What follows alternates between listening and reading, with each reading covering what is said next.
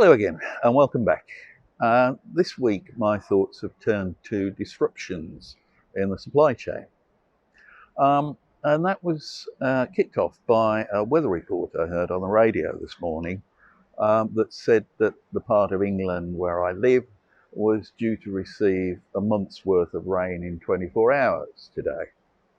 Now, that's the third time that's happened this month. I don't know whether that's as a result of climate change or if that's just a bad winter. In fact, it's been a very mild winter this year.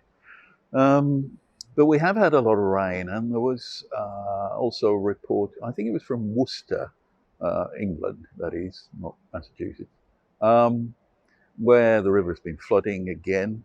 And somebody said that 20 years ago, or thereabouts, there was what was called a once in 100-year flooding event. And he said since then they've had another 7 100-year floods.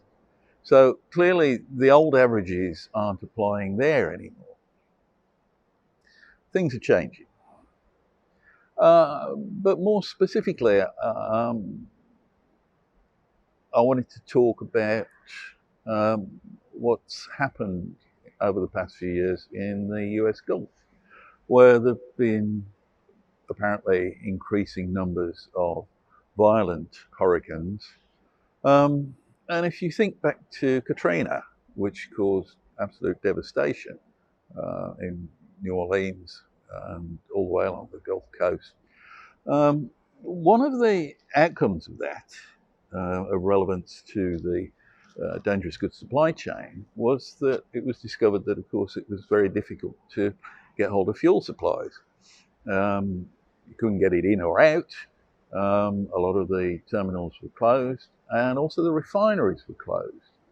And of course, prior to that, they had been holding emergency stocks in the form of crude oil. But, you know, what's the point of having emergency crude oil if your refineries are closed? So there was a big disruption to the supply chain.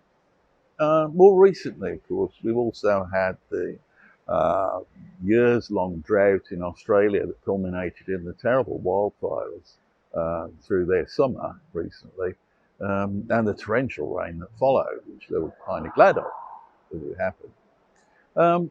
And then nothing to do, I don't think, with the climate. Of course, the coronavirus outbreak focused on China, which has had a surprising impact on the logistics supply chain. Ships have been unable to call at port for whether they don't want to go or whether they've got people on board who may have the virus. And a lot of Chinese people are not traveling. So the actual demand in China for crude oil, for refined products, has slumped dramatically.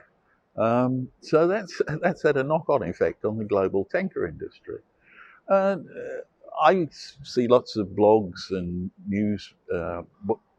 newsletters online every day, and there's one that has been tracking the oil price according to the number of coronavirus cases reported, and it does seem to be correlating quite closely. The strange thing is, of course, that annual influenza outbreaks kill way more people than any recent coronavirus outbreak, whether it be SARS or bird flu or whatever. And yet we don't seem to take influenza seriously. I tell you, I had it about 10 years ago, and I was out of action for 2 weeks. And I was fit at the time. I suppose what I'm getting to is that there's a lot of stuff out there. There seems to be more stuff going on out there that's unpredictable. It's not just the markets that are volatile, the weather's volatile. There are threats coming in from diseases like coronavirus or Ebola or whatever. And so those in the supply chain, more than ever, need to be alert and agile to rapid changes in demand. This is a different way of working, I think. I just want you to think about that and just consider where your supply chains might be vulnerable. Let me know if you've got any thoughts. Be good to hear from you. Thanks for watching. See you next week. Bye for now.